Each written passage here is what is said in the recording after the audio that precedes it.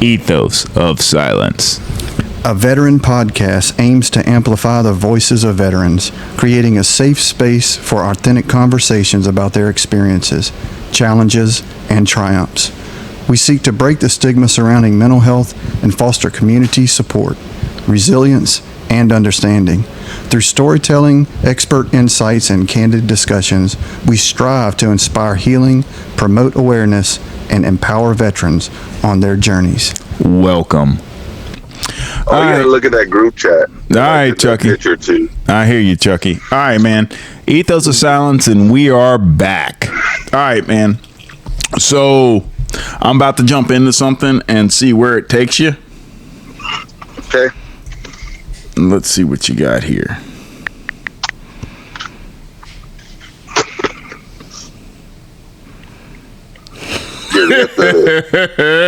We're live now. We got all the silliness out, and now we just ready to have the serious.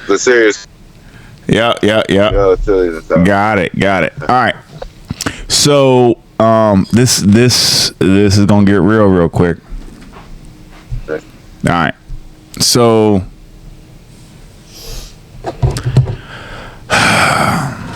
all right, man. So check it out.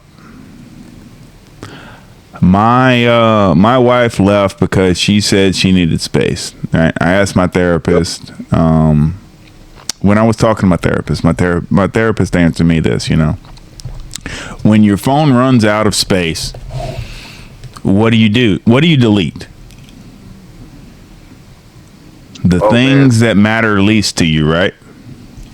Yeah. That's when it hit me. Right there. That's when it hit me. Right? That's what space means. Like I never looked at it in that way, and I never thought of myself as somebody else would need space from whenever I do so much or find myself such a important part or an important cog in what's going on. You know what I mean? Mm-hmm. So I'm a firm believer of quickly getting down to the root of what's going on. Them cats chewing on the mic, causing a bunch of interference. Silly Nush. I got a cat named Anushke after the Demon Slayer, and he is some amazing cat. The most lovable cat you'll ever think of, but also every now and again he gets a demon in him and just wants to attack out of the blue. So normally cats are very keep to themselves, mind their own little manners, do their little space, and you almost forget you have them as a pet. Not this one. No. Can Chuck hear me still? Of course you can. So what do you got, Chuck? What do you think about that image you got saved for me still? It's pretty fucking hilarious, buddy. After all this time, huh? After all this time. I guess the biggest thing when you're a military guy or you're a veteran. Yeah. We how would you say it? We romanticize the service. You were talking about how your ex-wife wanted to go back home and wanting to get space and not be in the military anymore. Yeah. That's something that we all deal with. And right now, even right now, we're sitting here talking about the good old days, and it was, a lot of it was good, right? Camaraderie and everything like that. But they take a lot from you. And when you get out the service, I don't care if you do 20 years, 5 years, whatever, you never get back what you put in. And that's why it's called service. Yeah. Right? But the problem is veterans recognize it, right, with each other. So we're more lenient with each other. We're more understanding, more forgiving. But I feel like as a whole, civilians, and it's not their fault, right? Because the civilian world's a whole nother monster. You know what I mean? Yeah. The way that they come up, where the civilian world, they value diplomas and degrees and certificates the way we value like deployments. You know what I mean? And rank. Okay. Yeah, no, that's a very valid comparison in a way. It's not the same, but at the same time, that's how I seen from my experience.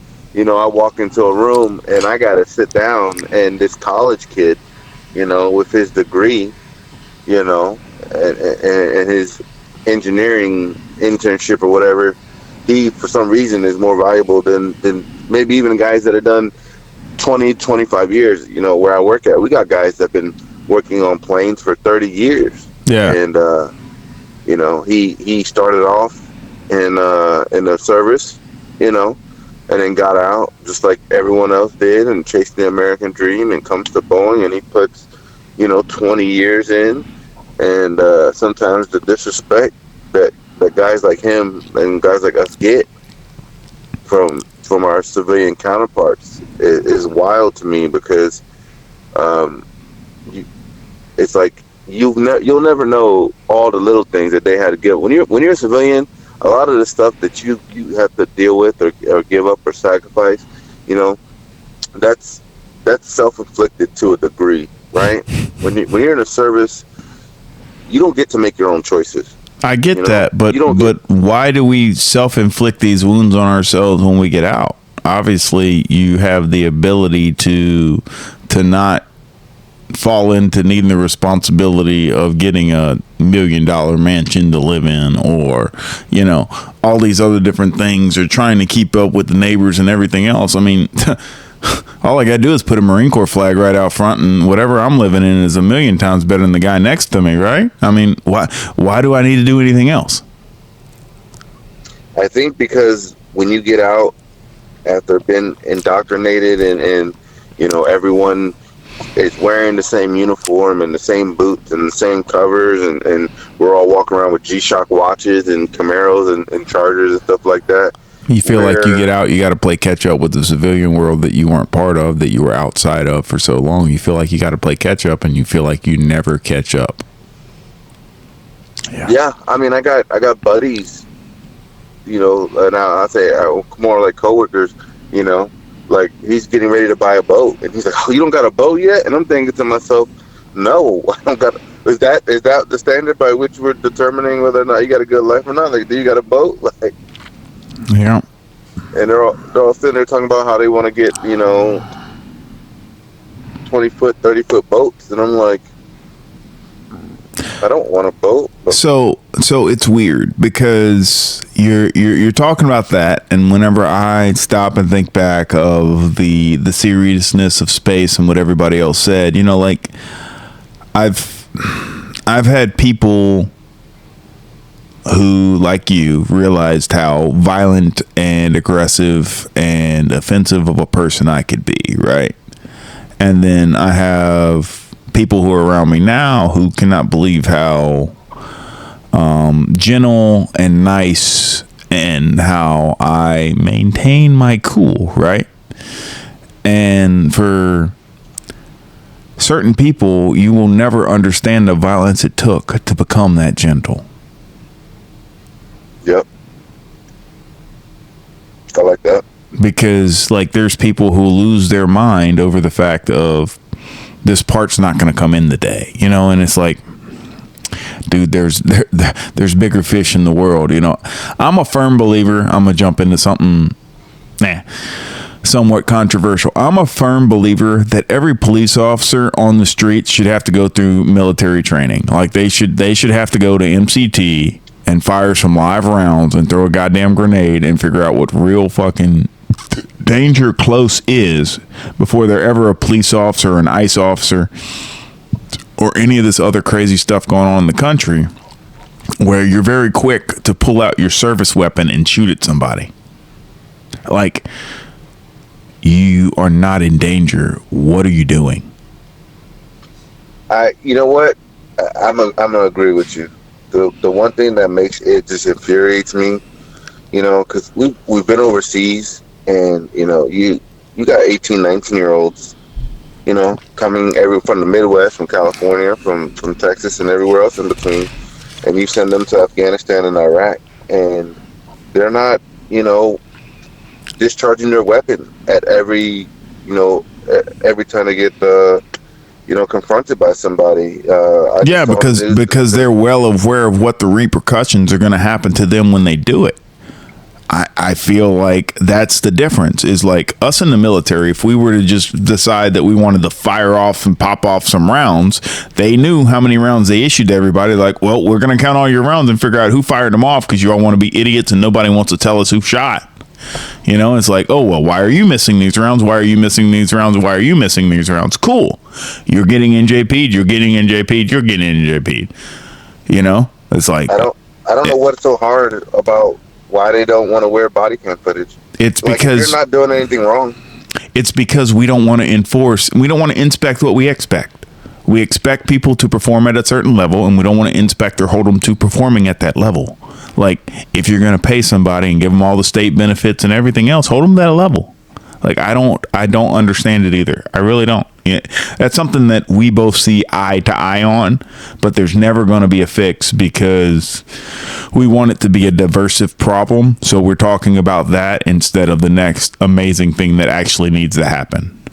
Because if everybody was ever on the same page about stuff, then real change would happen, and we're not ready for we don't really want real change. We want the illusion of diversity so that we can just push things through the system. I think what it really is, it boils down to,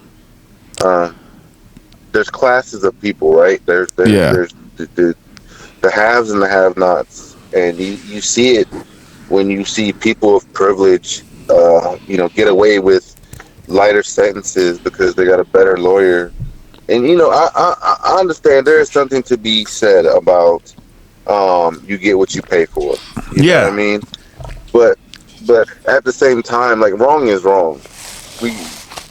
When you have cops going around masked up, no ID, pulling people out of cars,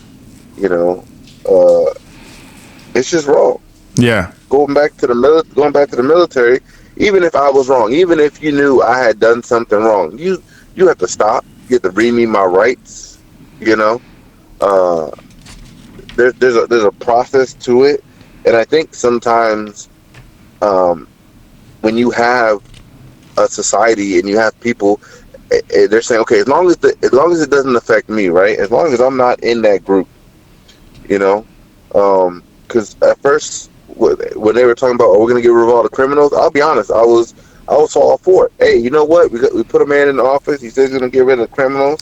I haven't been victimized by crime, but I've known people that have, and I don't want that to happen to them. Yeah, let's go get the criminals. But then when you hear about, people getting pulled out of cars and is this the kind of craziness that we've went and defended to happen? It's crazy, and it's insane to think that this is the type of stuff that we went and defended to make happen. Truly. I get sick, man. You had that cop, was it in Georgia, who shot that lady in her own house? She was holding a pot of water. Yeah. And he said he felt threatened. Like, from what? Right. Like, you're in her house and she's over here boiling some water. I mean, like, come on. This is just, it's getting absurd, and as much as I like politically some of the stuff that Donald Trump does, right? This stuff in Minnesota where he will not openly condemn the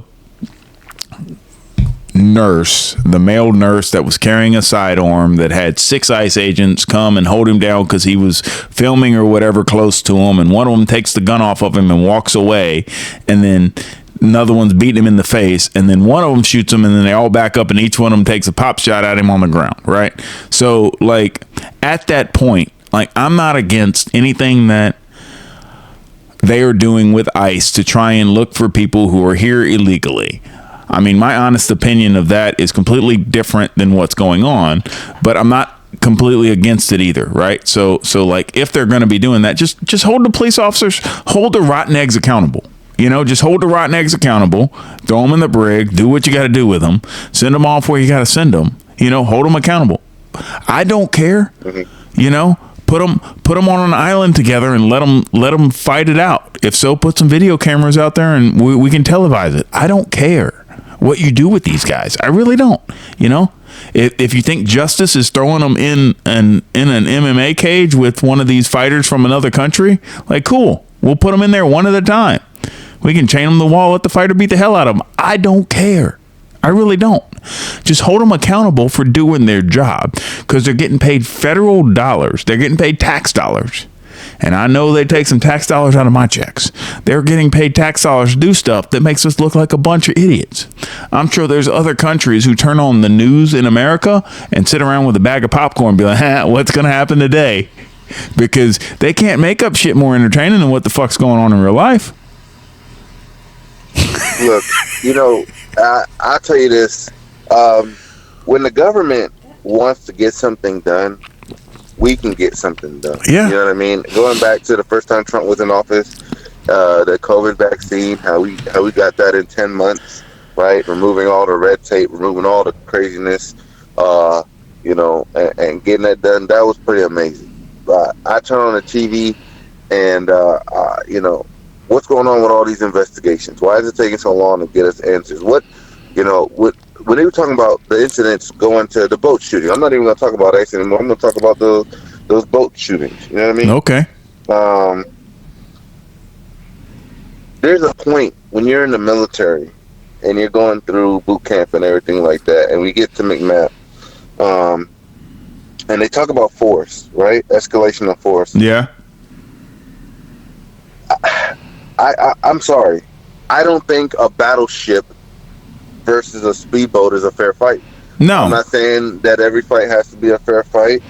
But what I'm saying is what is in that second video that you don't want us to see? I know. If I'm doing something I ain't supposed to do, the last thing I want is somebody seeing it on video. You know? Yeah.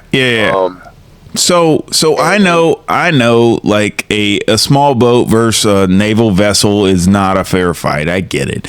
But in the defense of the naval vessel, right, we're following protocol. In the defense of the car speeding through Iraq, we're following protocol. But the problem is, like, the car doesn't know the protocol. The boat doesn't know the protocol. They don't understand the fact that we sent up this flare means that, hey, man, you're within 500 yards of us, you know, and then the fact that we do this warning shot, at which a warning shot doesn't exist. If we're going to fire, we're firing for effect. We're not firing for a warning, right? But I'm just saying, in theory, you know, if the next escalation was a warning shot or whatever, you know, it's just like, I don't understand why we don't have a device that we can just shoot an EMP and the engine on the boat fucking stops. You know, like, why do we have to saw this fucking thing in half? Why do we have to, like, take such aggressive approaches to different things? You know, it's like the fact of us firing a $100,000 rocket at a $500 drone. Like, at some point, the math doesn't make sense for what we're doing. Yeah, I believe you. You know what I'm saying? I'm right there with you, because when somebody tells me, "Oh, well, you know, that's what we got to do because we don't want to get our troops directly involved." Hey, we've had the Coast Guard for years now. You know, you want to talk about boarding ships, and you want to talk about doing it the proper way. They've been doing this for years. We've seized drugs, we've seized prisoners, all kinds of stuff on boats. I had and that's all of a sudden now. I had a Navy guy, right? And because I'm gonna change up the subject, because right now we're just taking turns bitching and we're both saying the same thing. So I had a Navy guy who worked on subs, right? And he told me this joke about the Coast Guard. He said, you know why everybody who joins the Coast Guard has to be 6 foot tall? Why? And so when their boat sinks, they can walk back to land. Wow. You know what? Like I said, now I appreciate the Coast Guard a lot. It's amazing to have a dedicated, like, it is very, very important that we realize that we have a dedicated service that is supposed to monitor our coastline, and it's not something that falls into some of our traditional military stuff, it's got its entire branch, so it's got its own funding and everything else. So somebody can't just be, well, we'll save the money from doing this and decide to go do that. So it's very, very important. Look, I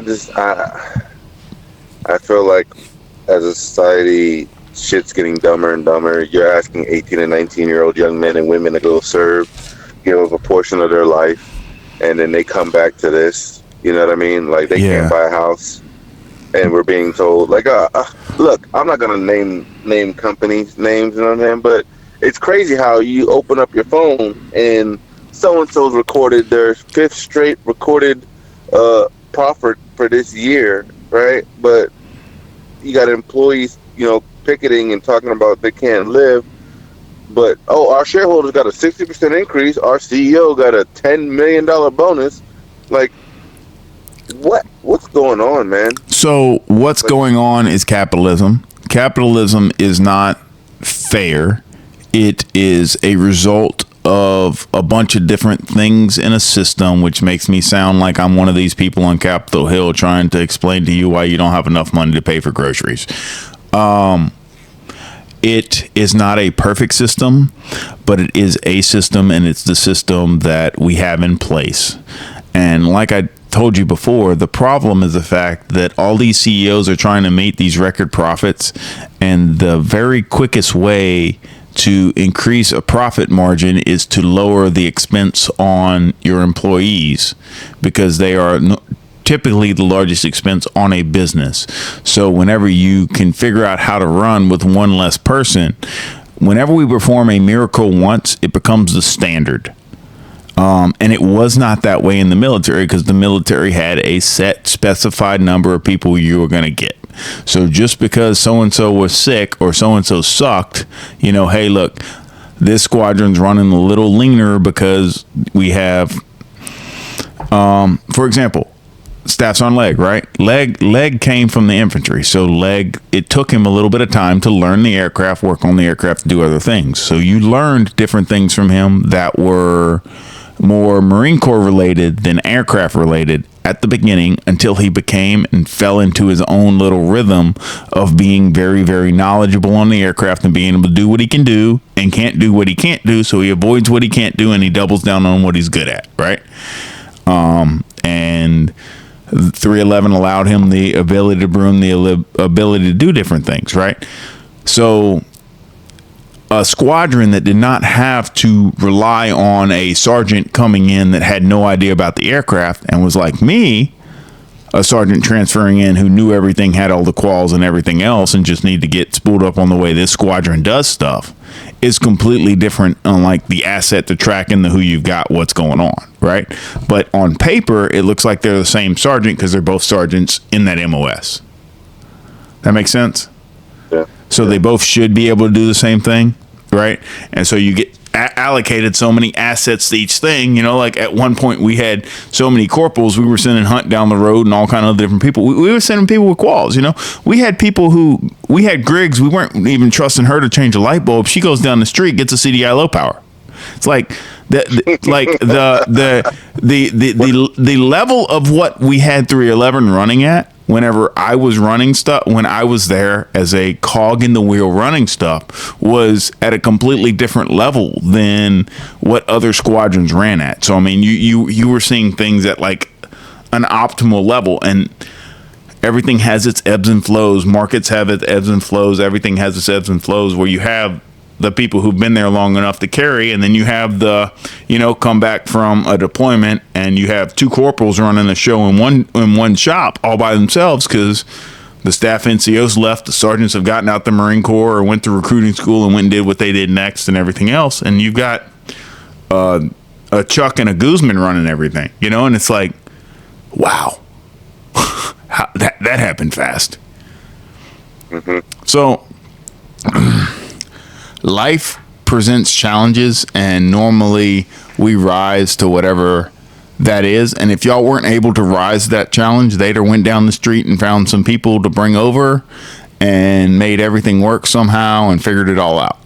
But y'all rose to the challenge. But I mean, you and Goose rose to the challenge mostly because Goose was the GTA villain of forever, which would be awesome for him to tell that story, man. That story with the correct little TikTok would go viral overnight, dog.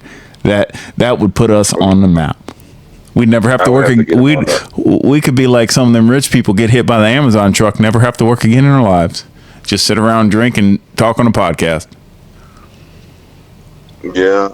I mean, I guess I'm just looking at observations what's going on in the world, man. It just drives me crazy, man. It really does, because it seems like on the civilian side of it, you see these corporations slowly taking over, influencing politicians and stuff like that, and we're just expected to turn a blind eye. So it's crazy because. So I've got a quote that is gonna knock your socks off right now. Yeah. That's your fucking problem, isn't it? No, really. Like, that's your problem. That is driving you crazy, and that is your problem. There's nothing you can do to fix it. There's nothing you can do about it, you know? It's not like it's the car's making this noise and you go change a part. Well, it's what's going on the world stage. What can you do to fix that right now? Are you going to get involved in politics? Hold on. Let's think about this for a second. Yeah, okay? Let's think it out. Before I talk about getting into politics, because realistically, it wouldn't take me getting into politics. We got to take the masses and the people, right? Look at that. When Jimmy Kimmel got let go, fired, whatever. I think it was Jimmy Kimmel, right? And everyone, like, literally overnight, within the span of like 2 or 3 days, started canceling their Disney subscriptions and stuff like that. And you literally have, because money talks. Yep. You know, because like you said, this is a capitalist society, right? So you have the president that has a beef with a guy on a television network that goes, you know, and I'm gonna say what it is. Hey, look, for everything Sleepy Joe Biden and Barack Obama and George Bush and all of them were good and bad, right? I feel like Trump is just not as tough a skin as most politicians, because you know, somebody upsets or hurts his feelings, and before you know it, he's got his goons going out and trying to get rid of the guy, and then just slap a sticker and say, oh, it's all in the interest of the American people, right? The American people want this.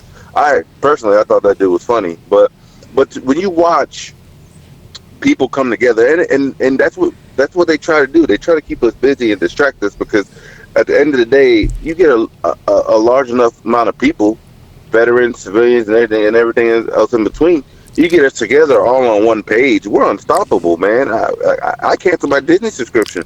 Yeah. I did it because when I got on TikTok and everything else, everyone was like, hey, cancel your Disney subscription. And at first I'm like, I'm not going to do that. But then, I don't really use it anyway. I keep seeing it. Before you know it, I cancel it. And, the next day later, hey, Disney said, hey, my bad, we're bringing them back. Like, no, it's okay. You know what I mean?